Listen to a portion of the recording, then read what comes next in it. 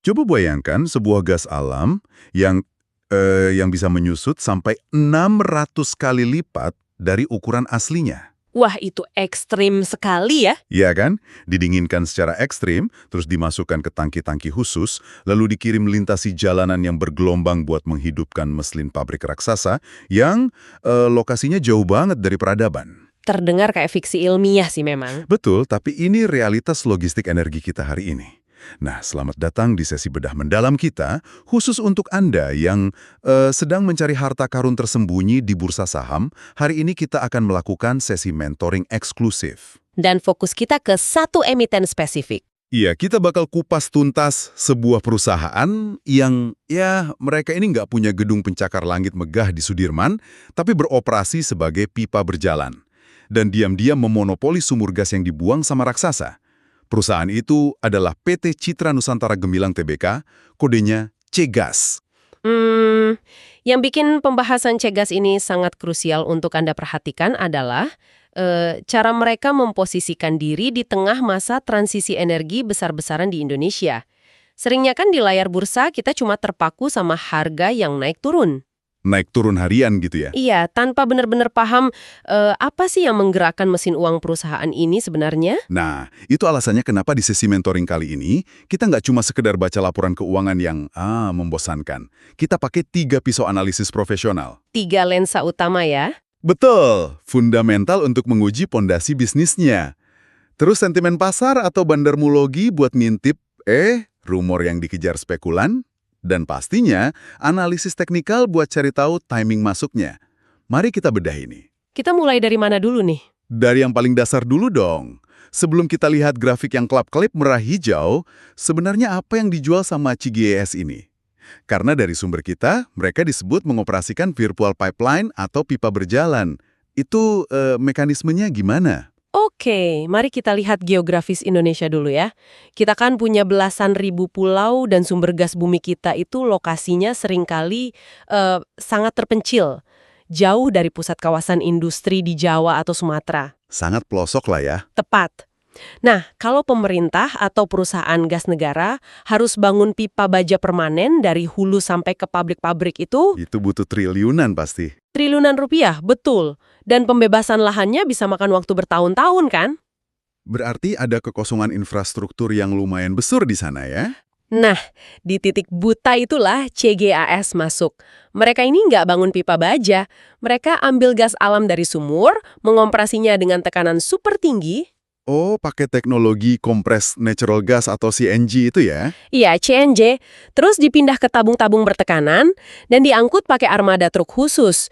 Jadi truk-truk inilah yang secara harfiah menjadi pipanya. Mereka bergerak melintasi tol, jalan provinsi, langsung ke pabrik atau rumah sakit yang nggak dilewati pipa gas nasional. Oke. Kalau boleh saya bikin analogi nih biar Anda yang dengerin lebih kebayang. Apakah CGAS ini ibaratnya layanan pesan antar atau Gojeknya industri gas alam? Kayak mereka jemput gas di titik A, terus diantar ke titik B dengan kelincahan yang ya nggak dimiliki pipa permanen. Yang mengandalkan mobilitas. Tapi kelincahan ini baru setengah dari cerita suksesnya. Setengahnya lagi apa? Rahasia utama dari margin laba mereka yang lagi melonjak itu ada di strategi pasokan hulunya. Ini yang orang jarang sadar. Strategi hulu? Emangnya apa yang bikin spesial dari strategi pasokan mereka? Jadi gini, mereka itu mengincar apa yang disebut sumur gas marginal. Contoh nyatanya, sumur galian 1 miliknya Pertamina. Bagi pemain multinasional atau raksasa kayak Pertamina, sumur marginal ini skalanya terlalu kecil. Kekecilan buat diurusin gitu. Iya, volumenya nggak sebanding sama struktur biaya operasional mereka yang raksasa. Saya paham. Dulu saya sering dengar orang bilang ini ibarat miliarder yang malas mungut uang receh karena nggak sepadan sama usahanya buat nunduk. Tapi menurut saya itu kurang akurat, ibarat nyewa truk kontainer roda 18 yang boros banget, cuma buat ngantar 1 kardus mie instan. Kan rugi operasionalnya. Rugi bandar, iya. Tapi buat CGAS, mereka datang bawa mobil pickup kecil yang lincah dan murah. Begitu kan kira-kira? Wah, itu jauh lebih akurat. Efisiensi perusahaan menengah kayak ginilah yang bikin sumur marginal jadi tambang emas. Mereka dapat bahan baku dengan harga sangat kompetitif karena praktis nggak ada saingan besar yang mau ngambil sumur sekecil itu. Masuk akal. Kombinasi bahan baku murah dan distribusi tanpa bangun pipa permanen, inilah mesin pencetak labanya. Ngomong-ngomong soal laba, saya jadi penasaran. Seberapa besar sih lonjakannya kalau kita lihat angka realnya? Kalau kita rujuk performa kuartal 1 tahun 2026, laba bersih mereka itu naik tajam jadi 4,9 miliar rupiah. 4,9 miliar. Berarti sebelumnya berapa? Di kuartal yang sama tahun 2025, itu cuma di kisaran 1,4 miliar. Wah, lompatnya jauh juga ya. Sangat jauh. Dan ini ditopang sama pendapatan 3 bulan pertama 2026 yang udah nembus 173 miliar. Terus, manajemen punya target yang lumayan ambisius nih. Berapa targetnya? Mereka bidik pendapatan 835 miliar di penutupan 2026 dan nembus 1 triliun di tahun 2027. 1 triliun untuk perusahaan yang layanannya bahkan nggak dilihat langsung sama konsumen rumah tangga ya. Luar biasa sih. Tapi tunggu dulu, sebagai investor yang lagi dengerin ini, angka triliunan itu nggak ada artinya kalau valuasi sahamnya udah kemahalan. Betul sekali. Nah, dari catatan rasio PER atau Price to Earnings Ratio, CGAS ini ada di angka 17,07. Coba, bisa tolong dibedah makna angka ini, biar kita nggak terjebak jargon teknis gitu. Boleh? Simpelnya gini. Rasio PER itu ngukur seberapa banyak investor rela bayar untuk setiap Rp1 laba perusahaan. Angka 17,07 ini artinya Berarti butuh 17 tahun buat balik modal. tepat. Kalau diasumsikan labanya stagnan. Nggak tumbuh sama sekali, butuh sekitar 17 tahun buat Anda balik modal. 17 tahun terdengar lama ya. Apakah itu wajar atau tergolong mahal buat sektor energi? Tipe harus taruh itu di dalam konteks industrinya. Kalau kita bandingkan sama raksasa kayak PJAS, Peroe, mereka itu ada di 11,10 kali. Jadi CGAS memang sedikit lebih premium. Oke, dihargai lebih mahal sedikit. Iya, tapi pas kita sandingkan sama emiten energi yang lagi agresif ekspansi kayak Raja, yang PR-nya sampai 33,53 kali, posisi CGS ini pas di tengah-tengah. Menarik, jadi pasar ngasih harga premium 17 kali karena mereka beli masa depannya ya, bukan sekedar masa lalu? Benar. Dan ada satu pemanis lagi yang cukup mengejutkan. Apa itu? Soal dividen? Iya, CGS ini kan baru IPO awal 2024 ya. Masa di mana harusnya mereka lagi bakar uang buat ekspansi besar-besaran. Tapi mereka konsisten membagi dividen. Iya, data RUPS nyebutin proyeksi dividen tahun buku 2025 itu Rp2,65 per saham, dibagikan Juli 2026, dengan yield stabil di 1,55%. Yang jadi pertanyaan saya, ngapain perusahaan yang lagi butuh uang cash buat ekspansi, repot-repot bagi dividen? Nah, ini langkah komunikasi strategis tingkat tinggi dari manajemen. Dengan bagi dividen rutin, pasca IPO, mereka kasih sinyal kuat ke publik kalau arus kas operasional mereka itu Beneran ada duitnya, bukan cuma angka di kertas. betul, menghasilkan uang tunai real. Ini bukti bahwa mereka bisa biayain pertumbuhan tanpa mengorbankan hak investor minoritas. Oke, jadi dari kacamata fundamental, pondasinya kokoh banget. Mesin Gojek Gas ini terbukti cetak laba. Valuasi masuk akal, tata kelola kas juga oke. Tapi kan laba solid hari ini cuma cerita masa kini. Di bursa saham itu nggak akan terbang tanpa ada katalis baru atau harapan. Pasti ada sentimen masa depan yang lagi digoreng kan? Anda menyentuh inti dari dinamika pasar. Ekspektasi CGAS ke depan itu digantungkan sama satu lompatan logistik masif. Mereka lagi transformasi dari main di CNG yang bertekanan tinggi tadi Menuju LNG ya, Liquefied Natural Gas. tepat sekali. Mereka beralih ke gas alam cair. Disinilah bagian yang sangat menarik buat dibedah. Tadi di awal, kita bahas soal menyusutkan gas 600 kali lipat. Dari data kita, pusat transformasinya ini ada di proyek stasiun LNG Tanjung Pakis, Karawang. Kapasitasnya disebut 1,5 MMSCFD dan mulai operasi di kuartal 4 2026. Bisa tolong jelaskan sedikit jargonnya? 1,5 MMSCFD itu makhluk apa sebenarnya? Singkatannya itu jutaan standar kaki kubik per hari. Biar gampang dicerna, 1,5 mmsgfd itu setara energi yang cukup buat menyuplai beberapa pabrik manufaktur skala menengah besar buat jalan 24 jam non-stop setiap hari. Wah, lumayan masif ya buat distributor independen. Terus kenapa harus diubah jadi cairan? Karena gas alam dalam wujud asli itu makan ruang terlalu besar. Nah, dengan didinginkan sampai minus 162 derajat Celcius, Gila, sedingin itu ya? sangat ekstrim. Gasnya berubah jadi cairan dan volumenya menyusut drastis sampai 600 kali lipat. Oh, ngerti saya.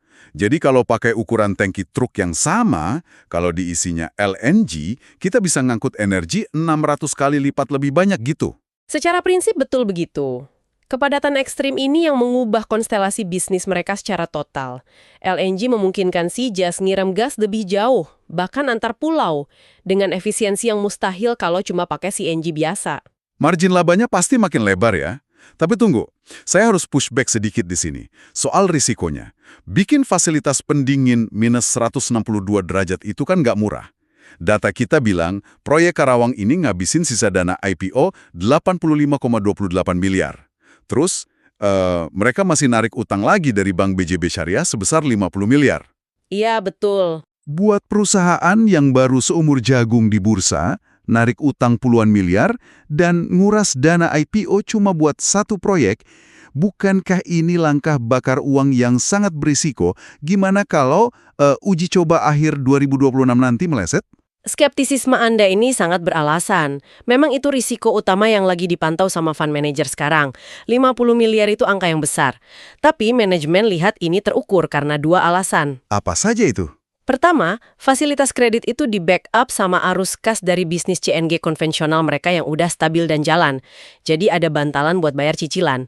Kedua, proyeksi cuannya itu sangat asimetris. Asimetris gimana? Ada angka prediksinya? Rumor yang beredar di pasar tuh bilang, stasiun CNG yang di Gresik aja diproyeksi nyumbang tambahan pendapatan 150 miliar setahun 150 miliar. Gede juga ya? tiap tahun. Wah, pantes. Kalau balik modalnya secepat itu, utang 50 miliar di awal jadi kerasa kayak Kayak tiket masuk VIP yang murah buat nguasain pasar baru kan? Ditambah lagi mereka udah siapin proyek LNG kedua di Sumatera Selatan. rencana ekspansi bertubi-tubi ini sih jelas memicu rumor liar di kalangan spekulan. Dan mari kita geser ngomongin bandarmologinya. Sejarah harga Cegas ini, penuh drama banget. Waktu sahamnya jatuh dari harga IPO sampai nyentuh Rp74, forum-forum online tuh rame banget. Spekulan teriak, wah ini bakal menuju 150 lagi nih. Karena asetnya kan besar ya. Iya, mereka bilang ini kemurahan. Karena nilai total asetnya mencapai 364 miliar. Nah, per Mei 2026 ini, harganya ternyata beneran nembus target rumor itu. Main di kisaran 169 sampai 174. Pertanyaan kritisnya, apakah sentimen proyek LNG puluhan miliar tadi udah priced in alias udah terserap di harga sekarang? Menentukan sebuah katalis udah priced in atau belum itu seni paling rumit. Yang terjadi di Cigas sekarang ini cerminan tarik ulur psikologis dua kubu. Kubu apa aja tuh? Di satu kubu kita punya spekulan retail.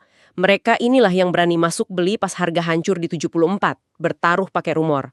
Dan mereka yang dorong harga naik sampai ke 170-an sekarang. Terus kubu yang satu lagi? Di institusi, fund manager raksasa yang pakai pendekatan fundamental ketat, mereka punya triliunan rupiah, tapi mereka nggak main pakai rumor forum kan, mereka nunggu bukti operasional real. Jadi pergerakan sampai 174 ini baru nyerap ekspektasi awal retail. Oh, jadi maksudnya bandar yang sesungguhnya tuh belum masuk full? Tepat. Momentum ledakannya baru akan terjadi kalau akhir 2026 nanti uji coba pabrik Karawang diumumkan sukses tanpa delay dan angka penjualannya beneran masuk laporan keuangan. Pas risiko teknisnya dianggap udah hilang, disitulah dana masif institusi mulai akumulasi gila-gilaan. Ada satu detail penting yang bisa jadi magnet buat dana asing masuk nih, narasi ESG. Environmental, Social, and Governance. Ternyata si Pipa Berjalan ini nge-branding diri sebagai perusahaan ramah lingkungan juga. Iya, dan bukan cuma branding kosong. Benar. Sejak 2019, atap kantor mereka udah diganti PLTS, Pembangkit Listrik Tenaga Surya. Dan mereka konversi truknya pakai gas murni. Katanya ini mengangkas 50 ton emisi CO2 tiap bulan. Seberapa ngaruh sih citra hijau ini buat narik bandar institusi? Sangat struktural efeknya. Sekarang ini regulasi global mewajibkan dana modal asing atau FDI, bahkan reksadana lokal, buat masukin persentase tertentu dari dana mereka ke sektor hijau. Nggak boleh masuk ke perusahaan polutan tinggi ya? Nah, itu dia. Dengan praktek pangkas 50 ton emisi, ditambah bisnis inti jualan gas alam yang jauh lebih bersih dari batu bara, CGS ini mencentang banyak banget syarat ESG. Otomatis, mereka masuk ke radarnya Green Fund Global. Oke, narasinya benar-benar berlapis dan kuat. Mesin operasional lincah tangani sumur marginal, masa depan cerah lewat margin jumbo LNG, plus narasi ESG buat narik modal asing. Terus, Pertanyaannya, kapan masuknya kan? nah itu dia pertanyaan pamungkas yang pasti ada di kepala Anda sekarang. Cerita bagus, kalau timing masuknya salah, ya nyangkut juga kan? Mari kita selami grafik teknikalnya. Yah, di bursa saham timing itu segalanya. Dan timing saham ini lumayan gila. Habis IPO Januari 2024 di harga 338, harganya sempat terbang ke 1030, terus dibanting jatuh sampai dasar lautan di 74 pada April 2025. Roller coaster sejati itu. Iya, terus sekarang di Mei 2026 lagi sideways di 169 sampai 174. Tapi ada anomali teknikal yang bikin saya bingung di sini. Anomali seperti apa? Di sistem otomatis, muncul sinyal strong sell secara jangka pendek karena harganya di bawah garis moving average atau MA5, 10, dan 50 hari. Tapi di saat yang sama, saham ini lagi duduk diam tepat di atas garis MA200 di level 166,21. Oh, dan indikator momentumnya. Nah, itu. Indikator stokastik RSI-nya terjun ke level 4,226. Buat Anda yang belum familiar, angka 4 ini artinya sangat amat oversold atau jenuh jual. Kontradiksi kan? Fundamental luar biasa, tapi jangka pendek strong sell, padahal momentumnya ekstrim jenuh jual. Ini apa sih yang dibaca trader? Kontradiksi ini wajar kalau kita pisahkan psikologi pasarnya. Sinyal strong sell dari MA5, 10, 50 itu sebenarnya cuma visualisasi kebosanan retail. Setelah naik dari 70 ke 170, harga kan sideways mendatar. Retail nggak suka ya kalau harga diam kelamaan. Retail harian benci pergerakan membosankan. Akhirnya mereka take profit tipis-tipis atau cut loss ringan buat pindah ke saham lain yang lagi rame. Tekanan inilah yang bikin harga jangka pendeknya turun. Terus apa signifikansinya angka 166 tadi si garis MA200? Nah, MA200 ini rata-rata harga 200 hari bursa. Buat manajer investasi besar, garis ini adalah pondasi beton, lantai support jangka panjang paling sakral. Selama harga nggak tembus ke bawah MA200, tren besar bullish perusahaannya belum patah. Di level 166 inilah titik pertempuran retail yang lagi buang barang dengan institusi yang lagi nampung pelan-pelan. Oke, lalu soal stokastik yang nyentuh extreme oversold, 4,2 tadi. Boleh nggak kalau saya pakai analogi karet ketapel di sini? Boleh, silakan. Gimana tuh? Pas investor retail bosen dan panik jualan, walau udah deket MA200, aksi jual ini ibarat narik karet ketapel ke arah belakang secara paksa, sampai mentok. Angka 4 ini ngasih tahu kita kalau ketapelnya udah di titik paling tegang, ditarik dikit lagi putus. Dan di titik ekstrim ini, pemodal besar nggak panik. Mereka malah siap-siap nampung di support beton tadi, nunggu kepanikan habis, biar karatnya melesat maju. Wah, itu visualisasi yang sempurna buat ngejelasin technical rebound. Pas oversold ekstrim ketemu lantai beton MA200 historis, probabilitas harga mantul ke atas itu sangat tinggi. Institusi raksasa itu nggak pernah ngejar harga pas lagi terbang. Mereka akumulasi barang pas lagi diskon, di titik jenuh jual, pas amatir lagi ketakutan. Sangat mencerahkan. Saya rasa puzzle-nya udah lengkap semua nih. Mari kita rangkum untuk Anda. Pertama, dari fundamental, CGAS ini bukan sekedar distributor energi biasa. Mereka armada pickup lincah yang efisien, meraup margin dari sumur marginal, kelola kas dengan sehat, dan bahkan rutin bagi dividen buat investornya. Manajemen yang sangat disiplin. Kedua, dari sisi sentimen dan bandarmologi, ada amunisi masif dari transformasi LNG Karawang yang menyusutkan gas 600 kali lipat dan melebarkan margin logistik.